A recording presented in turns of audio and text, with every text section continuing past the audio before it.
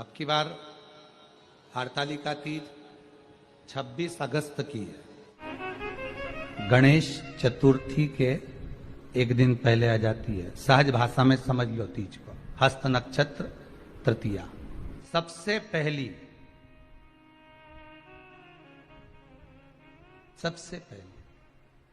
हरतालिका पूजन, भगवान शिव की आराधना किसने करी थी? माता पार्वती। कितना कितना शास्त्रों में हमारे यहाँ मां पार्वती के पूजन का विधान कहा गया। अब कोई कहे कि केवल ये नारी का उपास है, कोई कहे कि तीज का व्रत केवल स्त्री का है, हरतालिका तीज करे तो नारी का व्रत है, चतुर्थी का व्रत करे तो नारी का व्रत है, छठ का व्रत करे तो नारी का व्रत है, तीज का सातुड़ी तीज का व्रत करे तो नारी का व्रत है। ना ना ना ना, यदि पार्वती मंगल की कथा को आप पढ़ेंगे सुनेंगे तो उसमें वर्णन आता है पार्वती जी जितने व्रत धारण करती है वो पार्वती जी की मां मैनावती हिमालय राज उनकी भी 71 पीढ़ी को पार कर देती है और पार्वती जी खुद के ससुराल की भी। जितने गण शिव महापुराण की कथा कहती है पार्वती जी के एक व्रत धारण करने से, मां जगत जननी के एक व्रत उठाने से, तीज का व्रत अगर मां पार्वती जी करती है तो शंकर भगवान के पास में जितने भूत प्रेत डाकनी पिशाचनी चुड़ैल भयंकर गण होते हैं, पार्वती जी अपने व्रत के बल से उन भूत प्रेत को भी मुक्त कर देती है। इतना बल माता पार्वती के व्रत में होता है। इतना बल।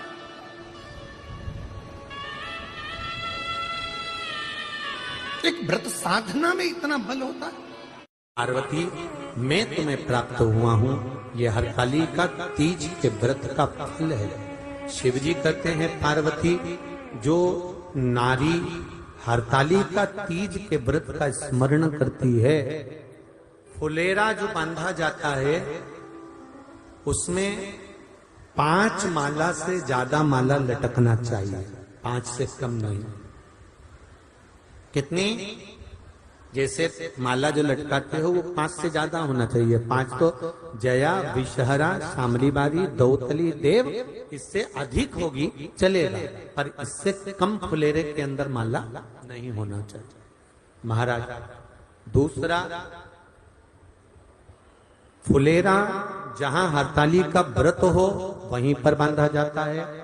हरतालिका तीज का व्रत एक ऐसा व्रत होता है जो मरते दम तक रहता है। इस व्रत को छोड़ा नहीं जाता। ये नहीं कि सियोर वाले गुरुजी ने कहा और अपन ने एक बार कर लिया और अगली बार वो व्रत गायब हो गया, ऐसा नहीं होता। हरतालिका तीज अखंड सौभाग्य के लिए, वंश वृद्धि के लिए, कार्य सिद्धि के लिए और कुंवारी कन्याएं उत्तम वर प्राप्ति के लिए, आनंद सुख के लिए करती हैं। ऐसा नहीं है कि केवल स्त्री ही करती है। जब नारी किसी कारणवश व्रत नहीं कर पाती तो पुरुष इस व्रत को धारण करते हैं। आप सब अपने हृदय से मन से इस व्रत को कर कर अपने जीवन को सार्थक बनाइएगा। जो करते हैं, कितने लोग करते हो जरा हाथ उठाइए। हरतालिका तीज इतने सारे करते हो, अरे वाह वाह, कर लो, प्रणाम प्रणाम, आपको बहुत बहुत नमन करता हूं, बहुत बहुत साधु। फुलेरा बांधते हो? नहीं, अब की बात बांधना। मंदिर में करते हो तो मंदिर में, घर में करते हो तो घर में।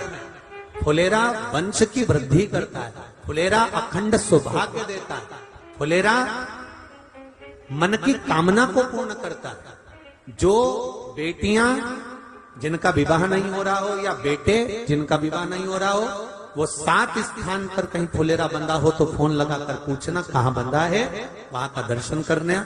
एक फूल में हल्दी कुंकू लगाकर शिव जी को चढ़ाकर फिर वहां से जाना। 7 स्थान के फुलेरे का दर्शन अवश्य करिएगा। जो व्रत नहीं करते हैं उनसे निवेदन है, कहीं हरतालिका हो रही हो तो वहां बैठकर अगर भजन हो रहे हो तो थोड़ी देर भजन गाने चले जाना। अपने मोहल्ले में, कॉलोनी में, सोसाइटी में कहीं हरतालिका तीज का व्रत हो रहा हो तो 2-4 मिनट जाकर दर्शन जरूर करना, जिससे भोलेनाथ आपका अखंड सौभाग्य करे और आपके मन की कामना पूर्ण करे। सबसे ज्यादा जरूरी है हरतालिका तीज का पूजन अगर आप कर रहे हो और हरतालिका तीज का अगर आप स्मरण कर रहे हो तो उसमें सबसे ज्यादा अगर कोई जरूरी है तो शंकर भगवान जहां विराजमान होते हैं उनके ऊपर उनकी 5 कन्याओं का होना जरूरी है। मतलब ऊपर फुलेरा बंधना जरूरी। फुलेरा का मतलब जानते हो? एक जैसे शंकर भगवान नीचे विराजमान है और ऊपर जो जलाधारी बनती है ना, तो जलाधारी की जगह पर शंकर भगवान की हरतालिका तीज के दिन जब नारियां पूजन करती हैं, माताएं पूजन करती हैं, कन्याएं पूजन करती हैं, तो उस पे जलाधारी की जगह फुलेरा बनता है। मतलब फूल की मालाएं उसमें लटका दी जाती है। अब कितनी माला लटकाना चाहिए? प्रयास करना चाहिए कम से कम 5 माला उसमें होना जरूरी है, और 5 से ज्यादा भी लटकाओगे चलेगा, पर 5 से कम नहीं होना चाहिए फुलेरा। 5 कौन कौन है ये? जया, विषहरा, सामरीवारी, दौतली, देव।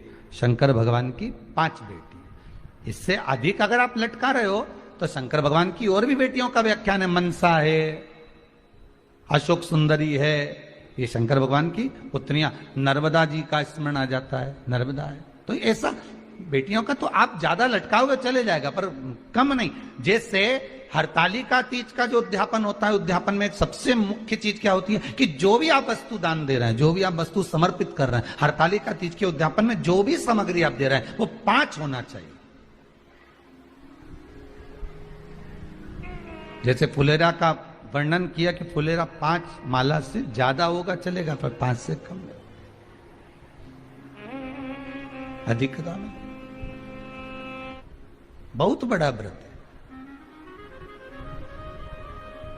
तो उसको छोटा करने का भी तो तरीका शास्त्रों में कहा गया है। गुरुजी, हरतालिका तीज का व्रत इतना भारी होता है, करवा चौथ का व्रत इतना भारी होता है, तीज का व्रत इतना भारी होता है कि हम कुछ भी नहीं खाते, यहां तक कि मुख में जल भी आता है ना, तो उसको भी हम निगल नहीं सकते।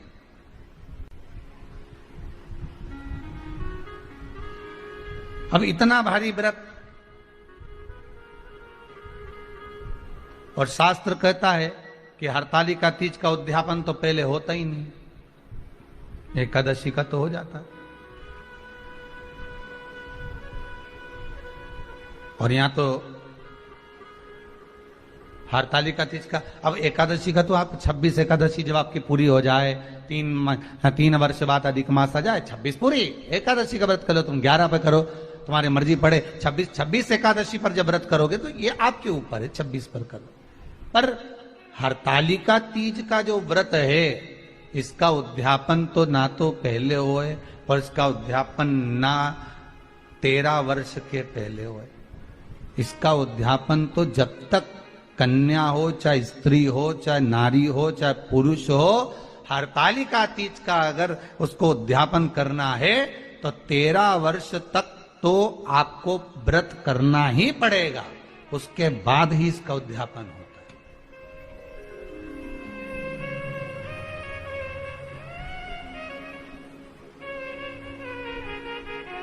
नहीं तो कहीं कहीं की माताएं तो बड़ी होशियार सोच के बैठी थी कि अब की साल उद्यापन कर, तो 13 वर्ष अगर आपके हो गए व्रत करते करते हरतालिका तीज का।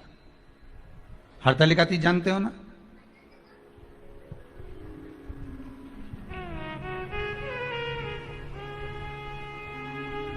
तेरह वर्ष अगर आपके हो गए भगवान की भक्ति को धारण करते करते, 13 वर्ष अगर आपके हो गए हैं भगवती स्मरण करते करते, उसके बाद में आप बड़े प्रेम से, बड़े आनंद से आप व्रत का उद्यापन करो, कोई मना नहीं। पर यदि आप उद्यापन कर रहे हो और आपका मन है कि मुझे उद्यापन करना ही है, तो 13 वर्ष तक जिस भाव से आप भगवान का व्रत कर रहे हो, साधना कर रहे हो, स्मरण कर रहे हो, उसी भाव से आप उसको करें। घर पर या मंदिर में आप शिव जी की जब आराधना करें तो उसके ऊपर फुलेरा बंधा होना चाहिए। जैसे ये शिवलिंग आपने बनाया, बालू रेत का, मिट्टी का जो शिवलिंग का निर्माण करा है, उस शिवलिंग का निर्माण करने के बाद में आपके मध्य में जब आप शिवलिंग बनाते हो घर के अंदर हॉल में या मंदिर में, तो ऊपर कोई कुंडी वगैरह लगी हो, पंखा लगा हो, उस पे से रस्सी बांध कर लेकर आकर इस फुलेरे को इस तरह से शिव जी के ऊपर लटकाया जाता है। इसको फुलेरा कहते हैं। ये भगवान शंकर का अखंड सौभाग्य देने का फुलेरा होता है, जिसको माता पार्वती जी, उमा, कात्यायनी देवियों ने इसका स्मरण किया। एक गोल होता है, गोल, चौकोर, तिरछा, जिस तरह से भी बनाना हो, पर शिव जी के ऊपर नीचे शंकर भगवान होते हैं। ये थोड़ा ऊंचा, जिससे पूजन भी आराम से हो जाए, इसको ऊंचाई की ओर लगाया जाता है, जिससे भगवान, जैसे अपन जलाधारी लगाते हैं, उसी तरह से इस फुलेरे को लगाया जाता है। तो इस फुलेरे में कहीं ना कहीं पत्तियों को भी लगाना चाहिए। माला के साथ में कोई आम की पत्ती हुई, अशोक की पत्तियां हुई, उसका भी स्मरण इसमें आता है महाराज, उसका भी स्मरण। जैसे भगवान देवाधिदेव महादेव का शिवलिंग का जब दर्शन हो गए सबको फुलेरा का, अरे जम के तो बोलो, हो गए ना। और जितने लोग आस्था पर सुन रहे हैं, जितने लोग फेसबुक यूट्यूब पर सुन रहे हैं, अगर आपके स्मरण में फुलेरा नहीं हो तो उसका दर्शन अवश्य करिएगा। शिव मंदिर में अगर जलाधारी भी लगी हुई है तो जलाधारी से फूल बांधकर नीचे की ओर लटकाना चाहिए, पर लटकाना चाहिए, फुलेरा बनाना चाहिए।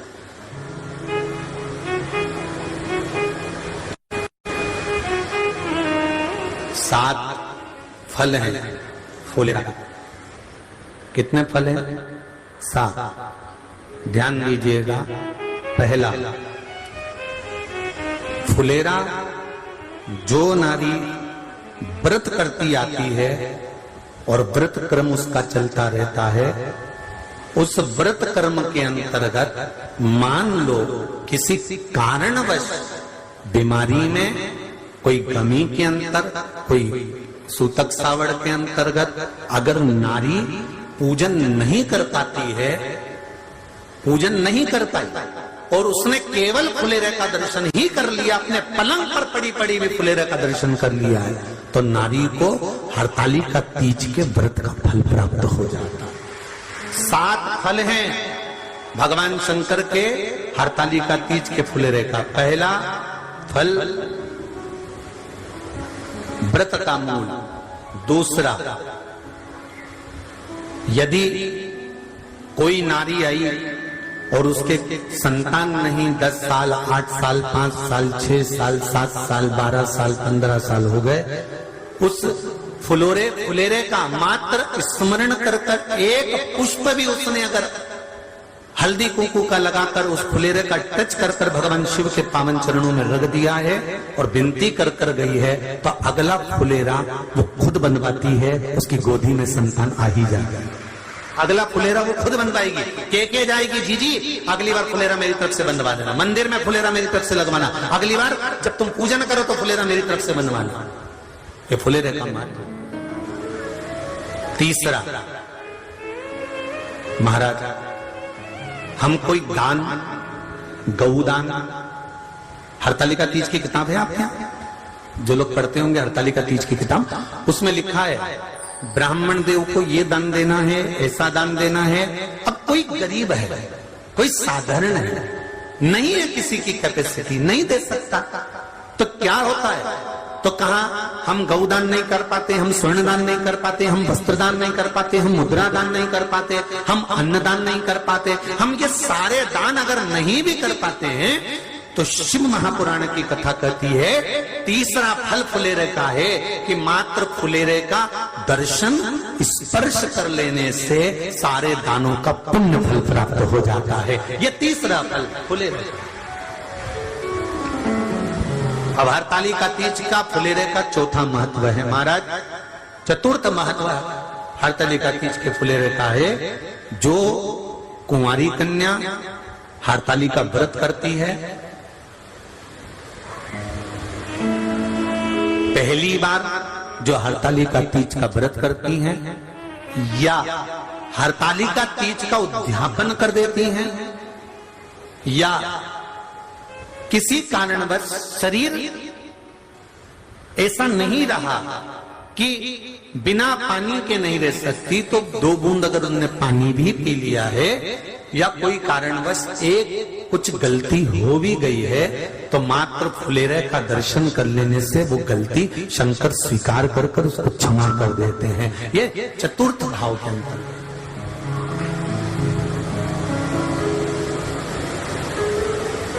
फुलेरे का अगला वर्णन करा गया महाराज शिव तत्व की ओर, शंकर भगवान की ओर। हम ना काशी जा सकते हैं, हम ना सोमनाथ जा सकते हैं, हम ना किसी स्थान पर जाकर एकांत में भगवान शंकर का स्मरण कर सकते हैं। मान लो हमें एकांत में बैठकर शिव की भक्ति करना है, किसी मंदिर में किसी देवालय में जाकर भक्ति करना है, तो फुलेरे का मात्र दर्शन करने से, पूजन स्मरण करने से उस भक्ति का फल भी हमारे खाते में आ जाता है। और फिर अगला आखिरी का जो वर्णन किया गया है, वो कहा गया कि पार्वती मैया गुफा में जाकर भगवान का भजन करती थी, शिव का स्मरण करती थी, और फिर अपनी सहेलियों के साथ बैठकर शंकर का स्मरण करा, जिसका फल पार्वती को मिला। तो कहा हम ना किसी गुफा में प्रवेश कर सकते हैं, ना हम किसी गुफा में या जंगल में जा सकते हैं। इस फुलेरे के नीचे शंकर भगवान की जब अर्चना करते हैं, आराधना करते हैं, हरतालिका तीज के दिन फुलेरे के नीचे हम भगवान शिव की पूजन करते हैं, तो हमारा वन में किया गया भजन का फल ही हमको प्राप्त हो जाता है। ऐसे फुलेरे का इस्तेमाल। 7 चुल्लू जल या तुम्हारे हाथ में जो लोटा होता है पानी का, उस जल को जब डालते हैं 7 बार धीरे धीरे धीरे धीरे उत्तर की ओर मुख कर कर, दक्षिण में बैठकर उत्तर की ओर मुख कर कर जब 7 बार जल दिया जाता है, दल चढ़ाया जाता है, 7 वृक्ष की पत्तियों को तोड़कर शिव जी को चढ़ाया जाता है। कितना भी कष्ट का समय चल रहा हो, वो कष्ट का समय कट ही जाता है और कुछ अच्छी खबर मिलती जरूर है, कुछ अच्छा मिलता जरूर है। एक हरतालिका तीज के दिन फुलेरे का दर्शन, जो फुलेरा हम बनाते हैं, उस 5 समय की पूजन होने के बाद जब सुबह ब्रह्म मुहूर्त में आप भगवान शंकर का विसर्जन करने के लिए जाएं, 5वीं आरती जब पूरी हो जाए, भगवान से प्रार्थना वगैरह सब हो जाए, सिंदूरा चढ़ जाए, सिंदूरा मस्तक लग जाए, पूरा क्रम होने के बाद में, पूरी पूजन होने के बाद में, जब भगवान देवादिदेव महादेव को विसर्जन के लिए लेकर जाएं, उससे पहले फुलेरे को खोल लेना चाहिए। और फुलेरे की जितनी पत्ती फूल, इसमें ये जरूरी नहीं है कि कौन सी पत्ती लगाना है, कौन सा फूल लगाना है, जो फूल आपको मिल जाए। पर फुलेरे में अशोक वृक्ष की पत्ती, आम की पत्ती, ये जरूर लगाना चाहिए। फुलेरे के ऊपर शमी की पत्ती नहीं लगाई जाती, शमी वृक्ष। अगर शमी वृक्ष की पत्ती आप भले भगवान शंकर को चढ़ाओ, मना नहीं, पर कोई विशेष कार्य के लिए ही शमी का प्रयोग किया जाए।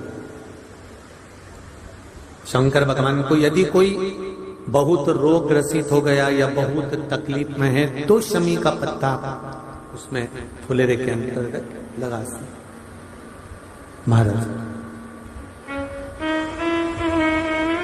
5वीं पूजन आरती पूर्ण होने के बाद में जब भगवान को विसर्जन के लिए लेके जाएं, उससे पहले फुलेरे के सारी मालाओं को, फूलों को निकालकर नीचे रख लें, प्रणाम करें और माता पार्वती जी से विनती करें, हे माँ, जैसे आपका अखंड सौभाग्य है, आपके हाथों में भर भर चूड़ियां हैं, मस्तक पर चुंदड़ी है, माथे पर बिंदी है, मांग में सिंदूरा है, हे माँ ऐसी कृपा करना।